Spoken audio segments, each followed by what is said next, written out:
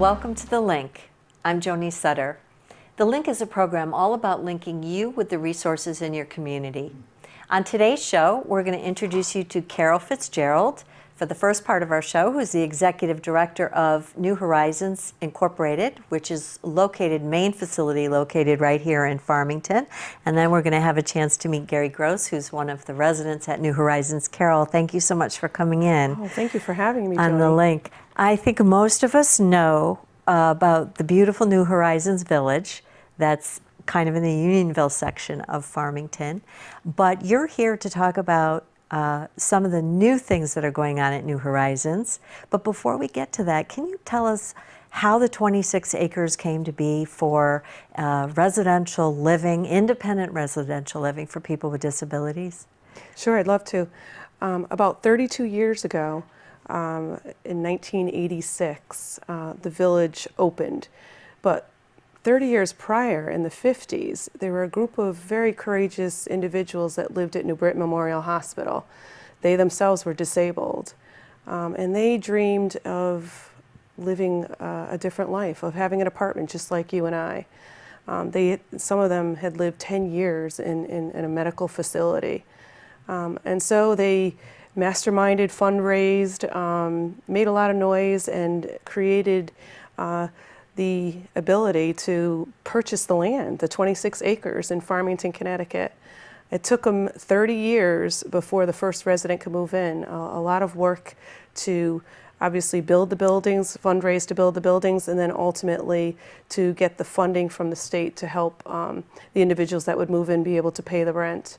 So in 1986, the first of our 101 residents moved in and called New Horizons home. How wonderful, because Great story. If you have a disability, physical disability, there aren't many places where you can live and have access to what you might need for your wheelchair or for difficulty walking or needing care, and it leaves a lot of folks having to not live independently, which is all of our goal as adults. I think our support services really make us special at New Horizons.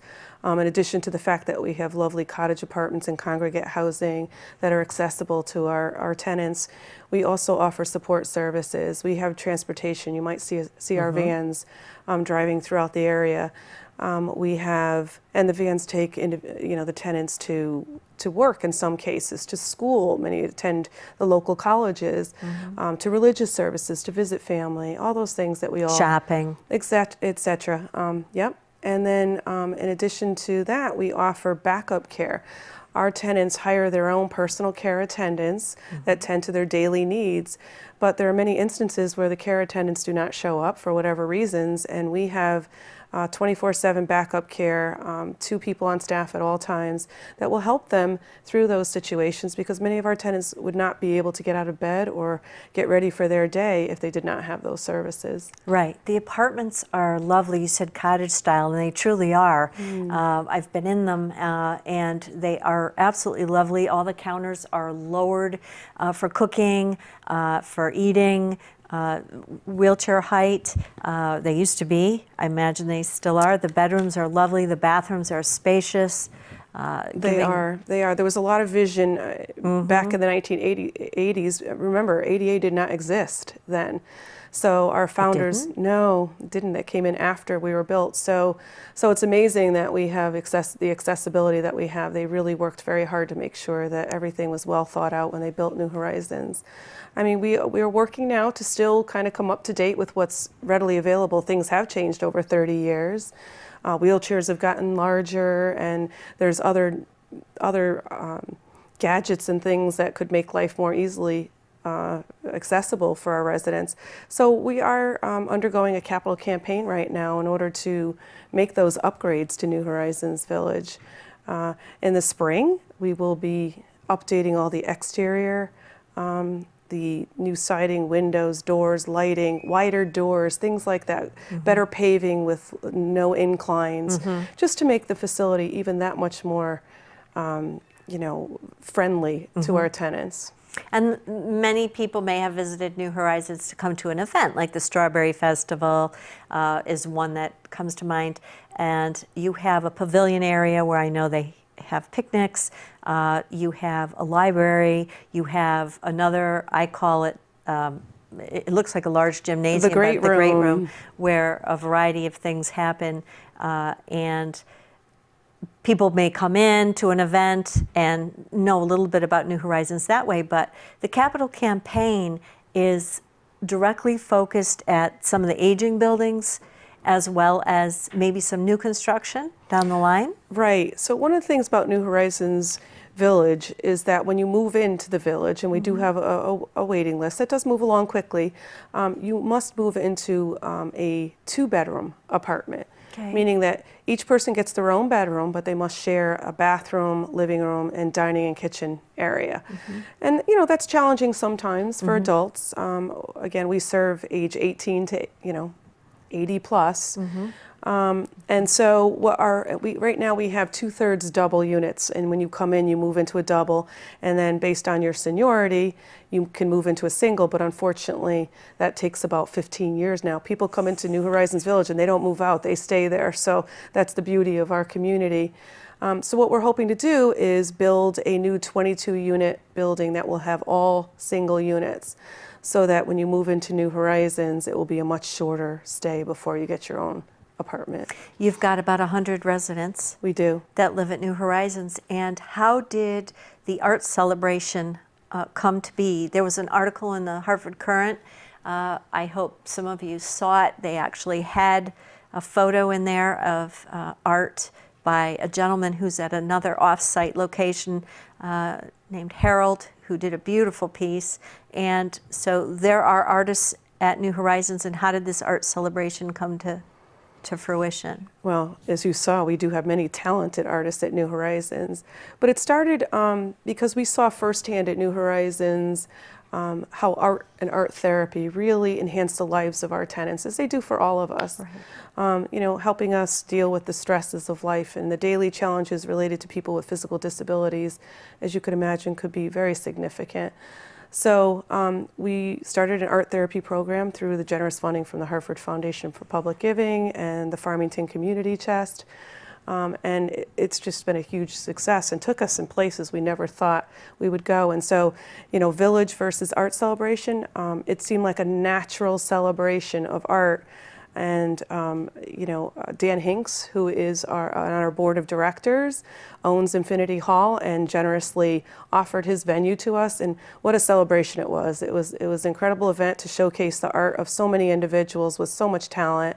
And the Blind Boys of Alabama, that was a perfect a match for us. So we really, really thought that it was a great celebration to showcase who we are, but still bring all the local artisans in too from throughout the greater Hartford area. Absolutely. Now there's a small number of apartments in Middlebury. Yes.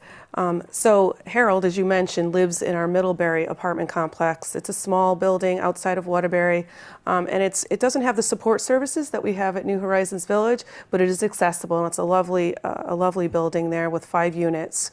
And Harold is a story I talked about at the art celebration. He, at the age of 20, had an accident, became a quadriplegic, and really used art as a way of coping with his day-to-day stresses and getting him through his long recuperation period. And personally, when I moved into my new office as executive director, he gifted me this fantastic piece of art that I can't imagine creating myself, that hangs on my wall very proudly, and I enjoy it every day. So the talents that came out during this art celebration are really impressive. It's so important to interact with the community that you're serving, but also the rest of us, those that aren't residents or don't have family members that are residents. And that's something we should talk on a little bit before we meet Gary. What are some of the ways that New Horizons is saying, come on in, meet us, see what we're all about? There's the Strawberry Festival, there's Western Day, but what are some of the things that you've thought of as a group to do more of what the art celebration provided? Right. Well, we created in the last couple of years a speakers bureau, and it's a group of tenants, and Gary is on that speakers bureau, who we together go out to civic organizations, the chambers, the Rotary clubs, different corporate environments, and just talk about who we are and talk about the stories that our tenants have. So certainly anybody interested in that type of us to reach out from the Speakers Bureau's perspective can call us. Okay. Also, we invite people to come to New Horizons Village. Please come. I think once you come and meet our residents and see who we are, it's very easy to fall in love with our community. We have the great room that you mentioned where, we just had some corporate training. If you need some space, it's a huge room. It's thousands of square feet. And gorgeous. And a beautiful space. We've had concerts there. We have a pavilion that you mentioned that can also be used. So, or just come and visit. We have residents that will actually show you into their apartments so you can see what we have in case you know somebody who might be interested in living at New Horizons Village. Just give us a call or go on our website and set up an appointment. Your New Horizons is in Unionville section of Farmington. It is. But in a residential neighborhood. So you would go down a residential street and turn the corner and say, I had no idea this was here. It's so beautiful. And Farmington has been a great proponent of folks with disabilities and making sure that businesses like ours, I remember when we bought this building, they were very concerned with the fact that we were all handicap accessible and that we had the push bar for the door to open for people to be coming in, recognizing that New Horizons is right around the corner. And so a shout out to the town of Farmington. The town of Farmington really great. Has been so incredibly supportive to New Horizons on many levels. So we're very lucky to be here. And all the residents, I think, benefit as well. Well, thank you so much for being on our show today and telling us a little of the history and where we're going forward for New Horizons. And when we come back, we're going to meet Gary Gross, who's a resident at New Horizons. Stay with us. I'd like to introduce you now to Gary Gross. And Gary is a resident at the New Horizon Village here in Unionville. Gary, so glad you got to come to Nutmeg TV today. We have a lot to talk about, but tell us how long you've been at New Horizons Village. First, thank you for having me. I've been at New Horizons for 32 years. Okay. And 1986 was the year that it was, people were able to move in and establish residency, and that was September 8th for you. Yes. And a lot has changed at New Horizons Village and continues to. Is there a group of residents that act as a formal board of directors or helps Carol in her role as executive director? We are a board organization, and I'm one of the members of the board. And we advise Carol. There's disabled people on the board and there's non-disabled people on the board. Okay. 51% has to be disabled. By your bylaws. Okay. And can you give us a brief background of your story, Gary, and where you were living before you came to New Horizons Village? Well, I was born premature, and I have cerebral palsy, plus totally blind. I was born way back in 1950. And so, before I lived in New Horizons, I lived in a variety of places. I lived in the Bryn Memorial, which is known today as Hospital for Special Care. Okay. And then I went to school at Oak Hill School for the Blind, which is not Oak Hill School for the Blind anymore. It's just Oak Hill. Right. And then I came to New Horizons in 1986.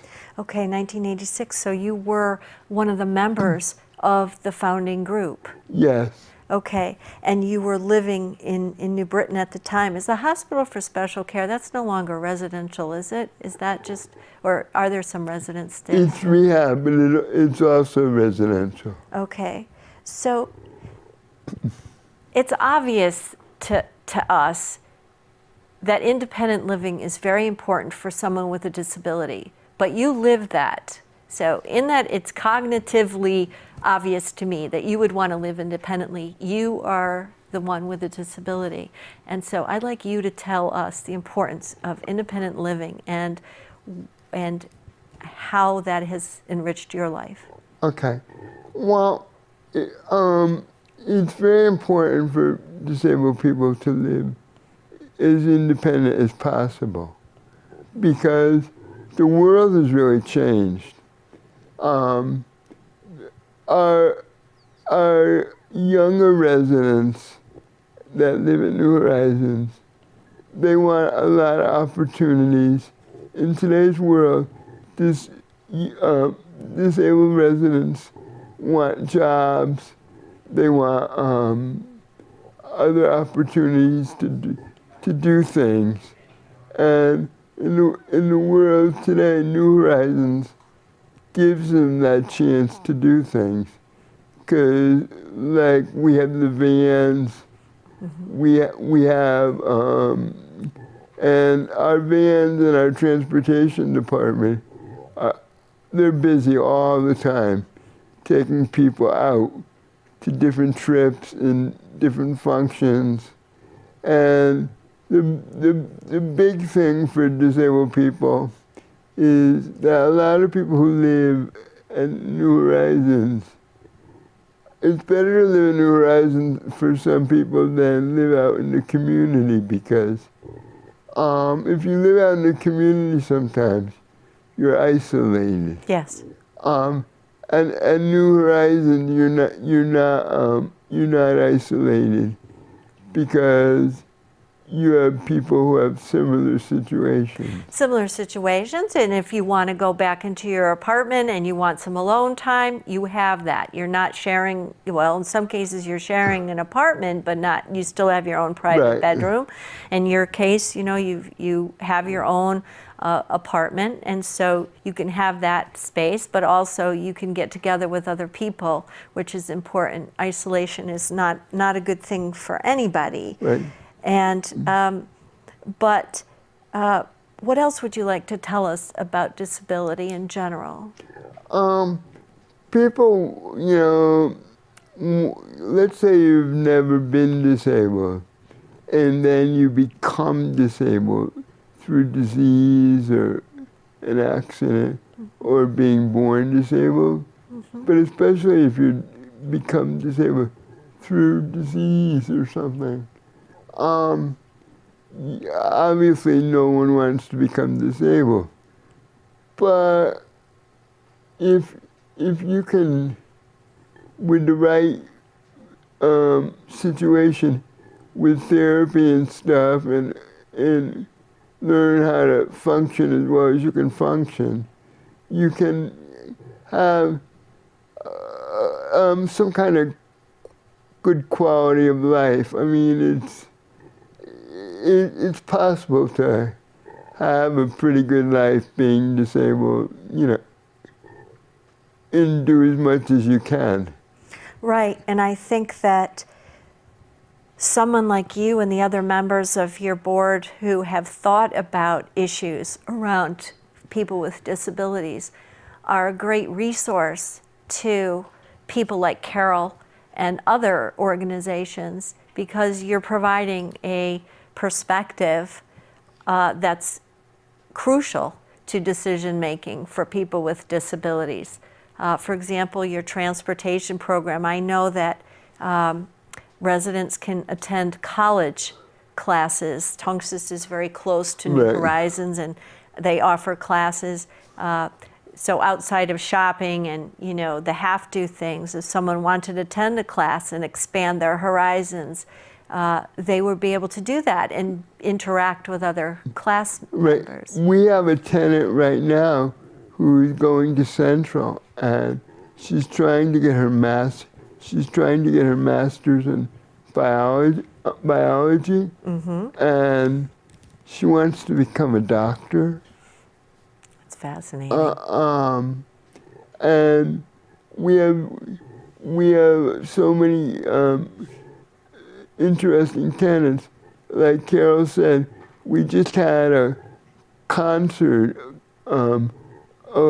almost 2 weeks ago on a Sunday at Infinity Hall, where we had the Blind Boys of Alabama come, and we had a big art exhibit. I know, it was so great, and I have the picture, the photo that was in the Hartford Courant, and it's just amazing, the artwork. They showcased what Harold did here, but so many more. There's another story of another resident who uses art to help her with her anxiety, and art is, you know, a universal thing, like Carol had mentioned, so it speaks to all of us, and it's a way to unify.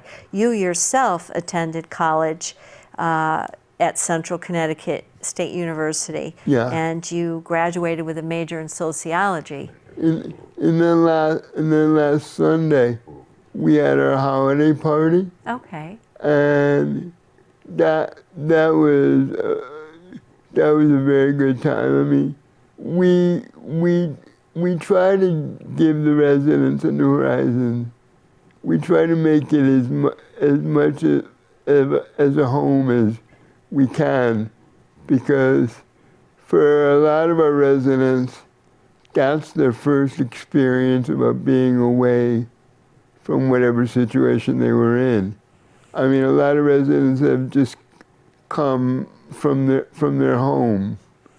It's a big and important transition, isn't it? Mm-hmm. If someone's coming from